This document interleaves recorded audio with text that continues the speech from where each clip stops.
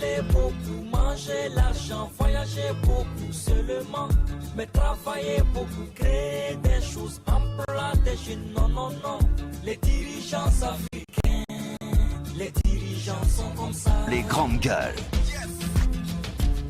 Nous rejoindre chez les grandes gueules, cette émission, ce talk show qui parle de vous du lundi au vendredi. Très très heureuse de vous retrouver en ce vendredi matin. Vous le savez, l'émission est interactive. Vous pouvez donc interagir au sujet évoqué ici en nous écrivant au 657 39 13 13. Si vous êtes à l'international, vous allez le voir, la bande défile juste en bas de votre écran. Vous pouvez nous écrire également sur Twitter au hashtag espace GG. Nous nous ferons le plaisir de relayer vos différents messages, bien entendu, dans la deuxième partie de cette émission. Merci de nous écouter à Mamou sur Fraternité FM. Du côté de Farana, c'est Bambou FM qui relaie cette émission que vous pourrez justement retrouver juste après sur Guinée114.com. Politique, on en parle dans les grandes gueules. Aujourd'hui, nous partons en Afrique orientale, dans la Corne de l'Afrique, bien entendu, où les Djiboutiens votent ce vendredi 9 avril 2021 pour élire leur président de la République pour un mandat de 5 ans. Une élection sur fond de crise, comme c'est souvent le cas en Afrique. Le président sortant Ismaël Oumar Guelleh, donc à la tête du pays depuis 1999, rempile pour un 5e mandat, tenez-vous bien. Du coup, l'opposition a appelé au boycott du scrutin. Un seul challenger face au président Guelleh, l'homme d'affaires Zakaria Ismaël Farah, candidat du mouvement pour le développement et l'équilibre de la nation djiboutienne, MDND. Quels sont les enjeux de cette élection? On en parle avec Ahmed Tidiane Souaré, ancien Premier ministre guinéen à la tête d'une mission d'observation de l'Union africaine. Vous l'entendrez donc dans cette édition des Grandes Gueules. Ils sont nombreux, ces enfants qui sont obligés de travailler pour venir en aide à leurs parents qui vivent dans des conditions difficiles, alors que l'année 2021 a été déclarée l'année internationale pour l'élimination du travail des enfants. La pratique liée à la pauvreté continue de plus belle un peu partout dans le monde d'ailleurs. Selon l'Organisation internationale du travail OIT, 152 millions d'enfants sont touchés dans le monde. Nous sommes intéressés donc à l'un de ces enfants, courageux et pétri de talent. El Haj Ibrahima Diallo, élève en classe de 8e année, sera avec nous dans les grandes gueules. D'autres sujets, bien évidemment, viendront meubler ce numéro des GG encore une fois. Merci de nous rejoindre avec toute l'équipe B au grand complet. Antoine Kourma, bonjour. Bonjour Moussaïro, bonjour à tous. Bienvenue, Diba Milimono, bonjour. Bonjour Madame Yero, bonjour à tous. Le coach, bonjour. Bonjour Madame Yoro, bonjour à tous. Caps, ça va? Ça va très bien, Dieu merci. Et la semaine? Très très bien, ça va. Super. Mafoudia Bangoura, bonjour. Bonjour Yero, bonjour à tous. Toujours ravissante. Et toi, toujours encore plus belle. Ah, c'est ça. Ah ouais. C'est auto-comblé. Les grands gars. J'ai pu accepter. Ne parlez pas. Parlez entre vous seulement. On va le faire. On va pas se gêner. Elles se complimentent entre elles. Ben oui. On est tous bien habillés ici. On ne vous calcule pas. J'ai fait exprès, j'ai fumé la veste là pour qu'elle en parle. Mais elle saute tout le monde, c'est ma fille sur le Elle est ravissante. La discrimination. Dès votre veste. Veste turque. C'est du bleu turc. Alphonse Mara, bonjour. Bonjour. Et puis je voulais ajouter, depuis un certain moment, mon ami Antoine quand même, il a changé. Antoine a percé. Ah bon? Donc il faut qu'on c'est pas le gouvernement son nom qu'on doit auditer. La dans ce pays. précision elle est importante. C'est pourquoi j'ai fait exprès. Oui. Il y a ces sortes d'habillements que je fais depuis avant l'événement là pour montrer non, que mon ami, laisse tomber. Ce n'est pas l'événement qui m'a changé. Non, madame Miro, le costume, non, Antoine, tu te sapes il y a longtemps, mais ça c'est des costumes de Madina. Il y a longtemps que je me sape. On parle quand même d'un costume turc, Antoine. C'est pour éviter qu'on le dise, Antoine. depuis que Média World Guinée est fini, le gars il porte des costumes. Non mais Antoine, c'est vrai. J'ai beaucoup de vestes il y a longtemps. Et puis ta voiture est climatisée finalement. Non mais ça fait longtemps que c'est climatisé. Arrêtez les gars. Tout ça c'est intérieur le média. Quand je viens à la rédaction, c'est bon. mais ils me regardent tous. On dit mais jusque là t'as pas changé le costume, mais c'est le même costume que non mais mon ami, non. Et la voiture, c'est la même voiture. Bon, rien n'a changé. On va auditer. En attendant, on s'intéresse donc à l'actualité. Déguerpissement à Conakry vers la mise en place d'une commission d'enquête, Antoine. On a suivi le Conseil des ministres hier. Oui, on a suivi ce Conseil des ministres au cours duquel le président a réitéré cette annonce faite par Kassori devant le Parlement. L'instruction a été donnée pour qu'une investigation soit faite par rapport aux déguerpissements qui ont lieu dans la capitale, notamment dans les quartiers. La précision elle est importante parce que au niveau des emprises des routes, apparemment c'est normal qu'on fasse le déguerpissement parce que certains citoyens occupaient illégalement... Même si on ne sait pas d'où est venu l'ordre de déguerpir. Non, l'ordre de déguerpir, c'est au niveau des quartiers. Au niveau de la voie publique, l'ordre a été donné par le chef de l'État. Là, ça a été reconnu. De libérer les emprises. Les emprises de la route. Là, ça a été reconnu. Mais dans les quartiers, on ne sait pas d'où est venu l'ordre. Parce qu'apparemment, les agents commis à la tâche seraient allés au-delà de l'instruction qui a été donnée. Il a été demandé aux agents de dégager tous ceux qui occupaient illégalement les emprises des voies publiques. Ce qui a été fait, mais sauf que même au niveau des routes, on est allé au-delà des poteaux électriques. Parce qu'apparemment, ce sont les poteaux qui sont la limite de l'occupation de ces emprises de la voie publique. Sauf que dans des quartiers ou dans des zones précises, le déguerpissement est allé au-delà des poteaux électriques. Ça n'est plus à des habitations. Justement, on ne sait pas quelle était la distance précise à laquelle il fallait se soumettre pour ce déguerpissement. La précision par rapport à l'investigation, c'est surtout au niveau des quartiers.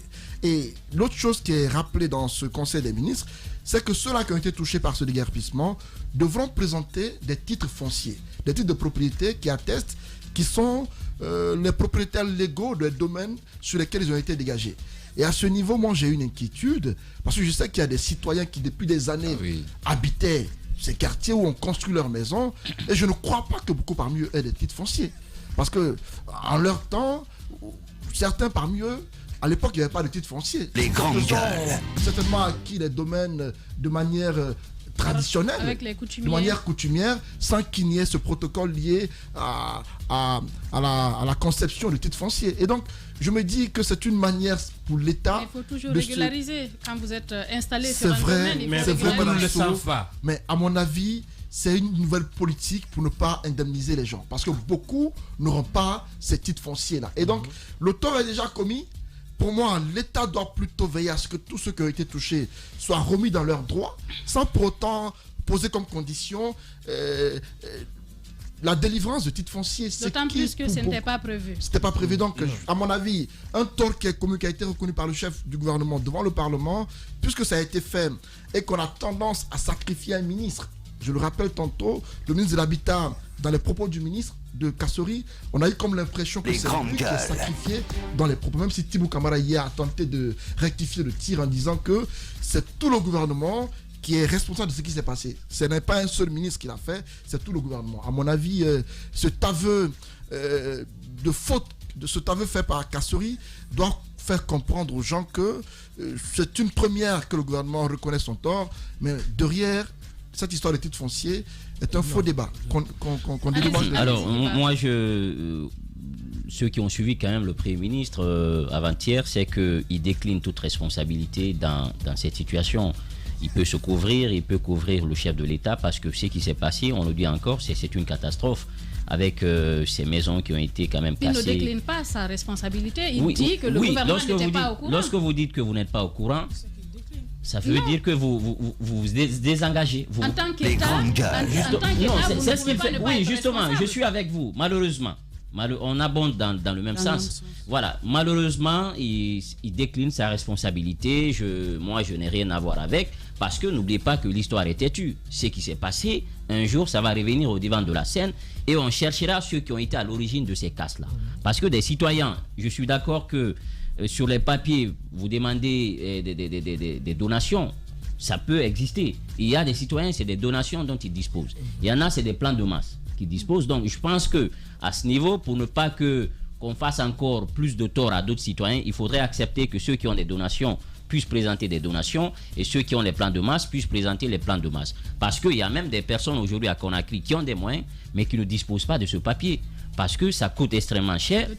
Le titre foncier, il coûte cher et en fonction de la zone géographique. Lorsque vous êtes à Conakry, le coût par rapport au titre foncier est différent de celui qui peut être à Koya ou à Kindia, ainsi de suite, à Dubrika, ainsi de suite. Donc, compte tenu de la proximité, je pense que c'est coûteux et tous les citoyens n'ont pas les capacités financières de s'octroyer aujourd'hui un titre foncier. Maintenant, il faut faire une réflexion à ce niveau parce qu'on apprend qu'il y a une commission qui a été mise en place pour faire un recensement des citoyens. Bon, qui va être mise en place pour faire un travail de recensement et savoir ceux qui ont été victimes et voir dans quelles possibilités les indemniser. Donc, il faut étendre un peu la fourchette pour permettre à ceux qui ont des donations, qui ont des plans de masse de pouvoir être indemnisés. Maintenant, il y a aussi les coutumiers qui sont venus avant l'État parce qu'on a souvent dit que dans notre plan cadastral, l'État il est en retard par rapport aux citoyens. Les citoyens avancent plus par rapport à l'État. C'est quand les gens s'installent, l'État vient au nom de la question d'utilité publique à travers un décret pour s'adjuger un terrain. C'est légal, mais il faut aussi tenir compte qu'il y en a des citoyens qui n'ont même pas de papier. Ça, ce sont des coutumiers qui sont venus avec des colas, qui ont pu avoir des terrains, qui ont défriché, qui sont installés. Donc, il faut aussi tenir compte de cela. Parce qu'il y a le droit voulu, il y a le droit vécu. Et les deux vont de pair. Donc, il faut que le gouvernement tienne compte de cela aussi. Pour finir, au niveau du Premier ministre, moi je l'ai dit, ce qui s'est passé au Parlement, c'est comme s'il y a un malaise au sein du gouvernement. Aujourd'hui, chacun tire le drap de son côté, chacun cherche à se protéger, mais une fois encore, il y a une responsabilité collective qui est engagée. Lorsqu'on dit qu'on ne sait pas d'où est parti l'autre, parce que Thibou, il a dit qu'il y a eu un dépassement. On avait dit les emprises, ils reconnaissent tous qu'il y a eu un dépassement. Des gens sont allés jusque dans des quartiers casser des maisons. Donc, il faut rétablir les citoyens dans leurs droits, parce qu'une fois encore, c'est une violation des droits. Chaque citoyen a droit à un logement décent. Et normalement, ça devait être de la responsabilité du gouvernement de trouver les logements sociaux à des citoyens. Ce n'est pas fait. Le peu qu'on a, il faudrait que l'État puisse être en même quand même de nous protéger. Est-ce qu'il faut craindre, Caps, qu'il y ait une sorte d'affairisme autour de cette commission qui va être mise en place? Parce que le plus souvent, cela peut arriver. Et est-ce qu'il faut craindre justement qu'on aille au-delà, que cette commission puisse insérer des personnes qui ne sont pas concernées justement par ces déguerpissements? Oui, ça c'est une très très bonne question que vous posez, hein, Madame Yoro. Dans la mesure où on a entendu le ministre lui-même, Kourouma, qui disait que, parce qu'on a dit qu'à un moment donné, on a senti qu'il y avait des habitations qui, malgré le fait qu'il y avait des croix qu'ils avaient mis sur des habitations, les personnes sont revenues mettre la peinture pour enlever. Et quand on a demandé au ministre, il disait que non, certains, ils ont payé l'argent qu'il fallait à l'État et donc ça fait que justement on les a épargnés de la casse. Donc on a vu ça avec déjà des situations comme ça qu'on a pu vivre. Quelque part, on peut se dire qu'il faut craindre que cette commission... A-t-il jamais été question de payer de l'argent pour être épargné? Oui, avec certains, qui sont surtout au bord de la mer. Ceux qui sont surtout au bord de la mer et dans certaines positions aussi, certains, le gouvernement, quand on a demandé à ce qu'il y a eu du 2 poids 2 mesures, certains ont été favorisés. Il dit non, que ça s'explique par le fait que ces gens-là ont payé une certaine somme d'argent à l'État, ce qui a fait que finalement, eux, ils ont été épargnés. C'est que je vois déjà, ce que je trouve anormal. Mais la chose que moi je veux révéler suite à cette, si vous voulez, cette déclaration du PM au Parlement, c'est une excuse du gouvernement en fait. En réalité, c'est bien beau de reconnaître, c'est toujours bien de reconnaître une erreur, de reconnaître qu'ils n'étaient pas informés. Cependant, ça c'est juste une excuse de la part du gouvernement pour fuir encore une fois sa responsabilité. Qu'est-ce que cela veut dire? Ça veut tout simplement dire encore une fois, première chose, que on a l'impression que ces activités n'ont pas été planifiées à l'avance. C'est comme si ça a été improvisé. Et c'est pourquoi on a vu, c'est comme si le chef de l'État se réveille un beau jour, il décide qu'il faut qu'on libère les emprises publiques, il donne l'autorisation et après derrière, il faut quand même qu'il y ait des études préalables pour analyser un certain nombre de choses. Et le deuxième point que je relève justement dans cette situation-là, c'est que quelque part, le ministre de l'Habitat a failli quelque part si vous voulez, à sa mission. Comment est-ce qu'on peut comprendre que quand on a lancé une opération d'une telle envergure de casse sur tout le territoire national et que cette opération commence et qu'il n'y ait pas un suivi et qu'il n'y ait pas une commission qui soit mise en place par le ministère lui-même pour venir observer ce qui est en train de se passer, pour vérifier. S'il le faisait, il se serait rendu compte justement qu'il y a eu débordement dans la décision prise. Mais je pense que c'est à ce niveau, il y a un problème. Les médias ont relayé, il y a les télévisions, en fait, c'est pour dire... C'était pas en une journée. Je pense que ce n'est pas une excuse de la part du gouvernement. Ce sont les caterpillars de l'armée qui ont été utilisés. Donc ça veut dire que le gouvernement... Génie militaire, pardon. Ça veut dire que le gouvernement est au courant de ce qui se passait. Non, en allant sur la base de la déclaration faite par le PM. Il faut anticiper aujourd'hui, le PM l'a dit. Il y a eu des casses, ils l'ont reconnu. Maintenant, il faut anticiper pour essayer de résoudre la question. l'indemnisation, je pense qu'il y a un problème à ce niveau, parce que s'il y a un citoyen qui a investi plus de 100 millions pour s'offrir une maison, est-ce que dans l'indemnisation, moi la question c'est la fourchette, est-ce que il va y avoir cette conformité entre son investissement et ce qu'il va recevoir, ou tout simplement on va décider de dire bon, à lieu place d'une compensation, on vous relocalise. On a sorti dans un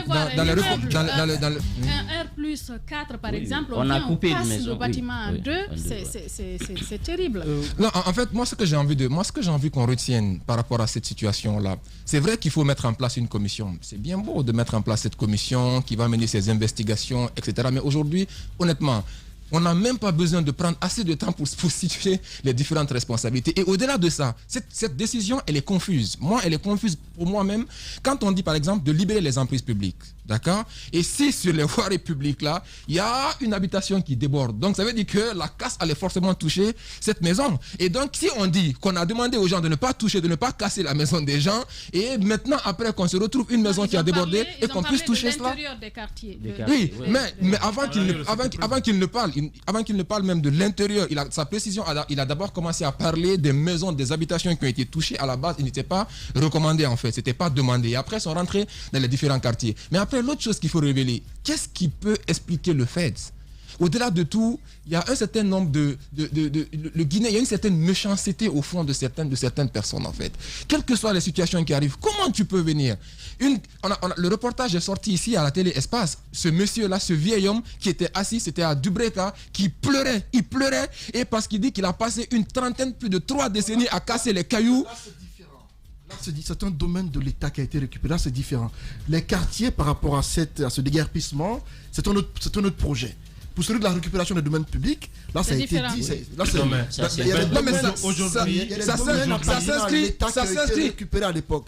Je me rappelle même qu'il y a eu un quartier, je crois, c'est en Soumanéa Plateau, qui devait être récupéré où on a mis des croix par l'armée sur des maisons. Oui. Mais après, l'opération n'a pas eu lieu parce que c'était une zone de recasement. Justement. Donc ça, c'est une autre opération. Pour celle des emprises publiques, là c'est connu, c'était les voies publiques. Il s'agissait de dégager les personnes qui occupent illégalement les voies publiques. Maintenant, ceux-là à qui on a donné l'ordre sont allés au-delà pour entrer dans des quartiers.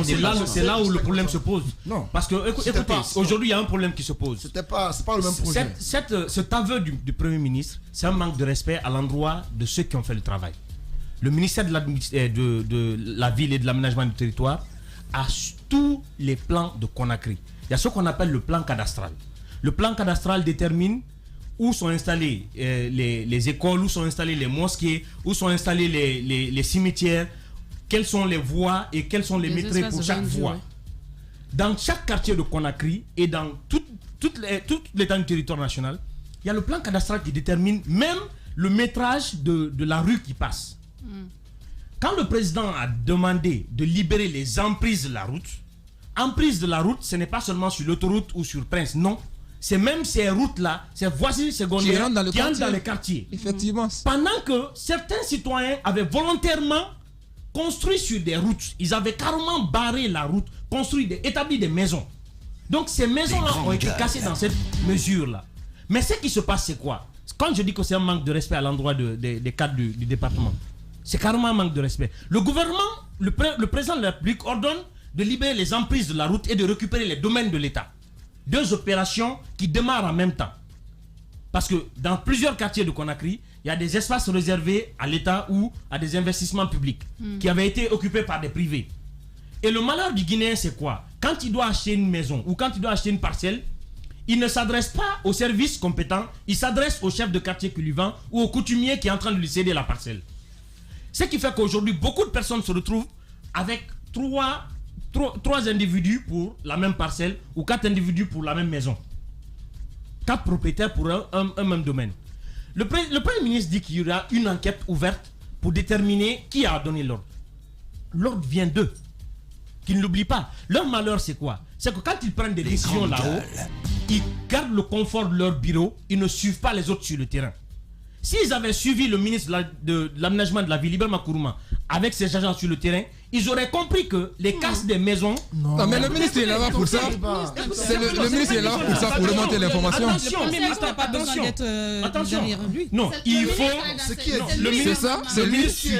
Et aujourd'hui, ce qui est en train de se passer, c'est qu'ils n'ont même pas concerté le ministre avant de se prononcer sur cette question. Non, s'il avait écouté le ministre Ribert Makourouma, c'est le chef du gouvernement quand même. Si le Premier ministre avait écouté le ministre Ribert Makourouma, je te promets qu'il n'aurait pas tenu ce propos-là. Parce que ce propos-là engage la responsabilité. Il y a la forme que tu vois, mais il y a aussi le fond. Non, écoutez, Antoine, ce que je suis en train de te dire, il y a une opération qui a été ordonnée par le président de la République en personne. Cette opération qui a été exécutée par le ministre et tous les cadres, avec tous les documents qu'il faut, ou juste qu'ils sont allés déterminer où la voirie publique s'arrête, où les passages piétons doivent s'arrêter. Regardez ce qu'ils ont fait le long de l'autoroute. Vous avez vu cette voie qu'on a quand même de notre côté. Pourquoi on a déplacé notre moteur? C'est parce que on occupait l'emprise de la route. Quand ils sont venus, on a été contraint de déplacer notre moteur. Regardez dans le quartier, il y a certains qui ont carrément barré des rues avec des maisons qu'ils ont établies. Donc ces maisons-là ont été détruites dans cette opération de libération des emprises de la route. Quand on dit emprise de la route, ce n'est pas que les grandes routes. Il y a aussi ces voiries secondaires. Donc aujourd'hui, quand le Premier ministre lance un tel propos, ça jette un discrédit sur tout ce qui a été fait comme travail. Parce qu'aujourd'hui, il y en a qui vont... C'est le risque, évidemment. Non, il y en a des... Non, Antoine, c'est ça. Antoine, aujourd'hui, écoute, l'action gouvernementale, c'est d'abord la coordination. Et la coordination, ce n'est pas seulement que dans l'action, c'est même dans les propos. Beaucoup disent le que Premier ministre aurait fait preuve... d'honnêteté.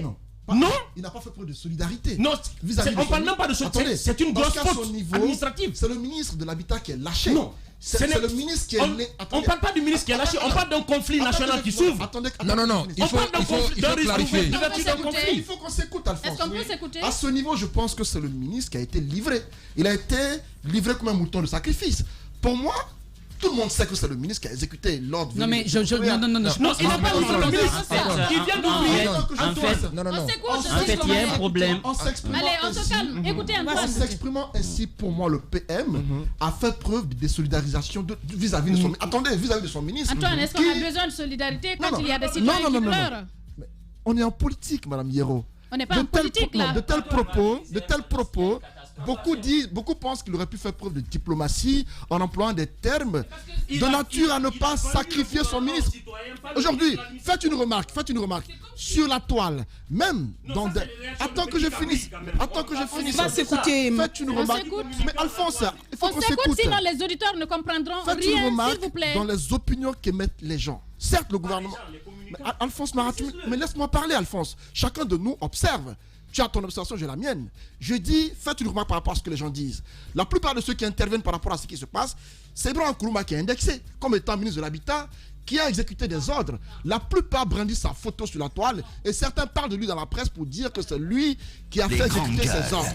Et à mon avis, le Premier ministre ne l'a pas aidé en communiquant ainsi, il l'a livré. Que devait-il faire, à ton avis, Antoine? Ce qu'il devait faire, c'était d'assumer ce qui se passe sur le terrain. C'était d'assumer cette action du gouvernement. Mais lorsqu'il dit, par exemple, que l'ordre, on ne sait pas d'où est venu l'ordre, cela signifie que le ministre de l'Habitat a agi sans avoir été mandaté. Cela signifie que le ministre a commis une faute lourde alors qu'il n'a pas été commis à la tâche. À mon avis, c'est une forme de...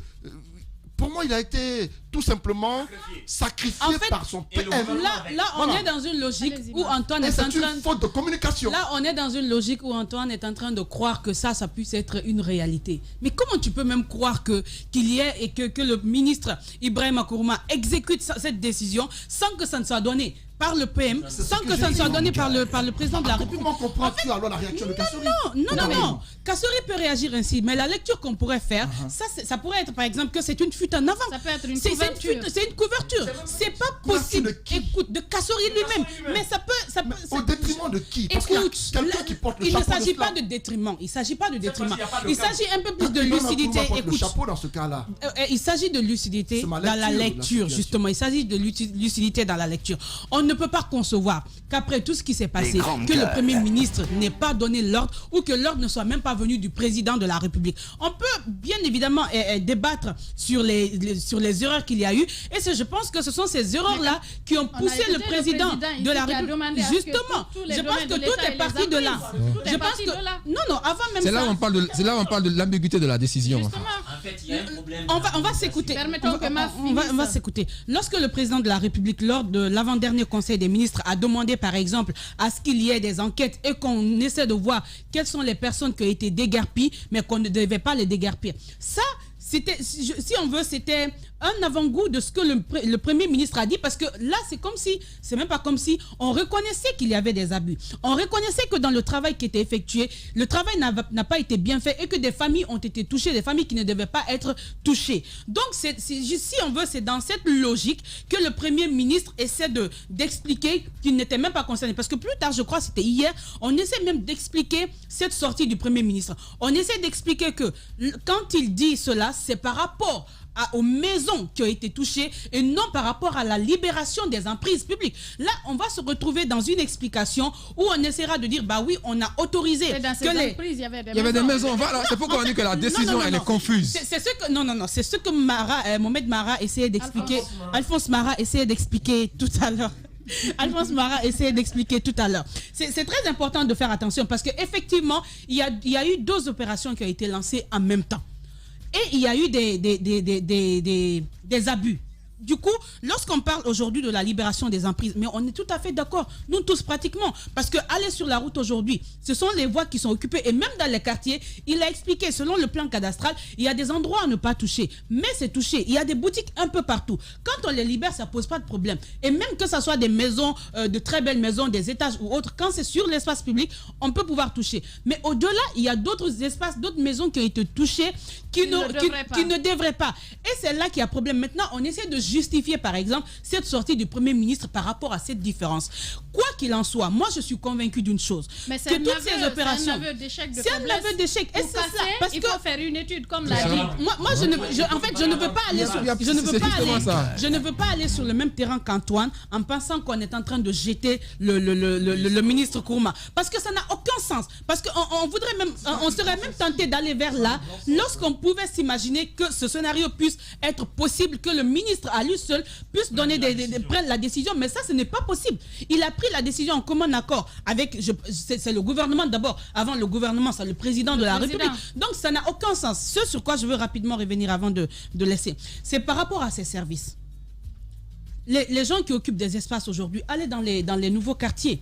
Les espaces réservés aux cimetières, ça n'existe plus. Les espaces réservés aux écoles, ça n'existe plus. Aux hôpitaux, ça n'existe plus. Qui est-ce qui vend ces espaces? On les connaît. On refuse d'identifier ces gens-là. Parce qu'en plus, ce qu'il faut éviter, c'est d'avoir à gérer des situations comme ça. De venir, parce qu'après, ça paraît touché lorsque, par exemple, un Guinéen a investi des millions, on touche sa maison. Après, on ne voit pas en amont comment il a obtenu cette terre et qu'est-ce qui était réservé à la place. On ne pense plus, on essaie juste en train de voir les difficultés de ce Guinéen, mais en même temps, je pense qu'il faut arrêter d'être dans l'urgence. Dès maintenant, s'il y a un peu plus de sérieux au niveau de nos autorités, il est important dès maintenant de commencer de veiller de près sur ce plan cadastral. Veiller à ce que dans toutes les zones, lorsqu'il y a des espaces pour les écoles, qu'on les maintienne. Lorsqu'il y a des espaces pour les cimetières, qu'on les maintienne. Pour les hôpitaux, qu'on les maintienne. Mais on ne peut pas accepter que ça soit vendu, que des gens obtiennent des papiers, après devenir un sapeur-pompier. Le problème est que le plan, il n'existe pratiquement plus. Mais il y a un plan qui existe. Le plan sur papier. Sur papier. Voilà, il existe sur papier. Il existe sur papier. C'est pourquoi je disais que les citoyens sont en avance sur le gouvernement. Si vous regardez un peu au niveau de l'habitat, lorsque vous achetez un terrain, vous avez le numéro de l'eau. L'O1, l'O2, on le sait. Le métrage de la route, on le sait. Les cimetières, les écoles, on a tout le plan avec nous. Je pense que ça doit aller au-delà d'une simple, opération d'indemnisation. La justice doit s'impliquer. Pourquoi? Parce que l'habitat a sa responsabilité. Parce que n'oubliez pas que lorsque vous achetez un terrain, pour avoir le plan de masse ou la donation, il faut aller à l'habitat. Et l'habitat, à chaque fois que vous achetez un terrain, le nom, le plan de masse, le numéro, le lot est connu. Lorsque vous venez, si un autre citoyen veut acheter le même terrain, on vous dit attention, il y a déjà un nom que nous avons à notre disposition, il y a le numéro. Et vous avez le marché et tout, en tout cas les autres infrastructures qui appartiennent à l'État. Ils doivent savoir si c'est un domaine normalement réservé à un marché. Justement, mais sauf qu'aujourd'hui, l'habitat avec ses embranchements ne joue pas le rôle. Et c'est là le problème. Le chef de l'État, normalement, pour une opération de libération des emprises, on aurait pu d'abord faire des études en amont. Regardez le plan cadastral. ce qui existe aujourd'hui et comment les citoyens se sont installés et les responsables par rapport à l'achat ou la vente de ces terrains, parce qu'aujourd'hui vous retrouvez avec un terrain avec plus de 5 personnes qui ont la même parcelle ou des débordements. Il y a des problèmes. Quelle est la responsabilité des citoyens eux-mêmes? Il n'y a pas de vue. Regardez rapidement. Allez aujourd'hui à Koya. Si on va dire c'est une nouvelle zone ou un nouveau quartier ou une nouvelle ville qui est en train de se dessiner. Mais regardez la position des maisons. C'est sauvage, ça n'obéit à rien, pas d'esthétique. Pourtant, dans un pays normal, même les immeubles, quelle hauteur, pour quel endroit, l'alignement, les normes, on n'obéit à rien. Tu viens, tu as ta cour, ta porte fait face, je sais pas, à la douche de l'autre. C'est pas possible. L'État est extrêmement en retard, donc il faudrait que l'État ne joue pas son rôle. Et pour le faire, pour respecter le plan cadastral, il va y avoir des larmes. C'est ça. Il va y avoir des larmes. Il va y avoir des larmes. Donc la communication, moi je pense qu'elle est harmonisée. Elle est harmonisée, mais sauf que chacun se désengage. Il faut pas occulter la responsabilité du citoyen lui-même aussi. Lorsque vous dites libérer les emprises, ça veut dire qu'ils vont rentrer dans les quartiers. Qui vont toucher les maisons et donc ils vont toucher des rues. Donc ça veut tout simplement dire qu'il faut attention à aller doucement avec cette question parce qu'elle est très sensible. À votre avis, que signifiaient hier les propos de Kassori Thibou vis-à-vis de Kassori? En fait, Thibou essayait de réparer ce que Kassori a cassé. Justement. Maintenant, aujourd'hui, c'est qu'il y a lieu de faire. Antoine, laisse-moi parler au moins. Oui, mais t'es pas le seul dans ce studio quand même. Je commence.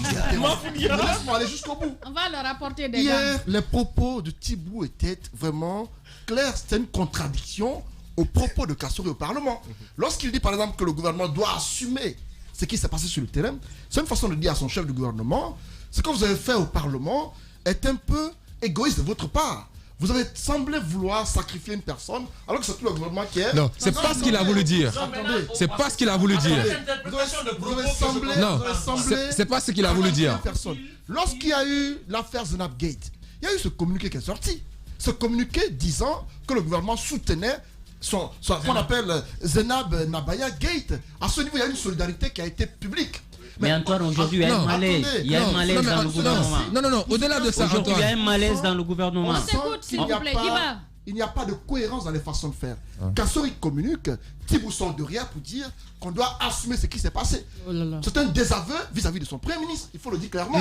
Non. En fait, c'est qu'il faut. Non, pour clore, c'est qu'il faut rappeler la sortie de Thibou Camara, par exemple, vient pour éclairer un petit peu la lanterne d'un certain nombre de personnes qui interprètent cette situation. Parce qu'il ne faut pas occulter qu'au-delà du ministère du ministre de l'Aménagement du Territoire, il y a également les maires qui étaient impliqués, mais véritablement impliqués, les chefs de quartier, dans cette opération de déguerpissement. Peut-être que ces gens qui exécutaient la mission n'avaient même pas compris, et c'est là où l'État ne doit pas fuir sa responsabilité. Et en tant qu'État, le ministre de l'Aménagement du Territoire étant le premier responsable du département, est celui naturellement qui est censé assumer. Et le Premier ministre, en étant chef de ce gouvernement-là, ne peut en principe qu'assumer et dire nous assumons ce qui s'est passé. Cependant, nous décidons de mettre en place une commission d'enquête pour rétablir les gens dans leurs droits. Bien, voilà ce qu'on pouvait essentiellement dire sur ce sujet. Les grandes gueules continuent sur Radio Espace Guinée. Les grandes gueules sur Espace, c'est la représentativité de la diversité de la société guinéenne. Ils n'ont jamais peur de défendre leurs idées. Entre débats animés, accrochages et éclats de rire, 2 heures de talk show pour parler, décrypter et débattre de l'actualité et des véritables préoccupations des Guinéens. De 9h à 11h sur Radio Espace et en simultané sur Espace TV.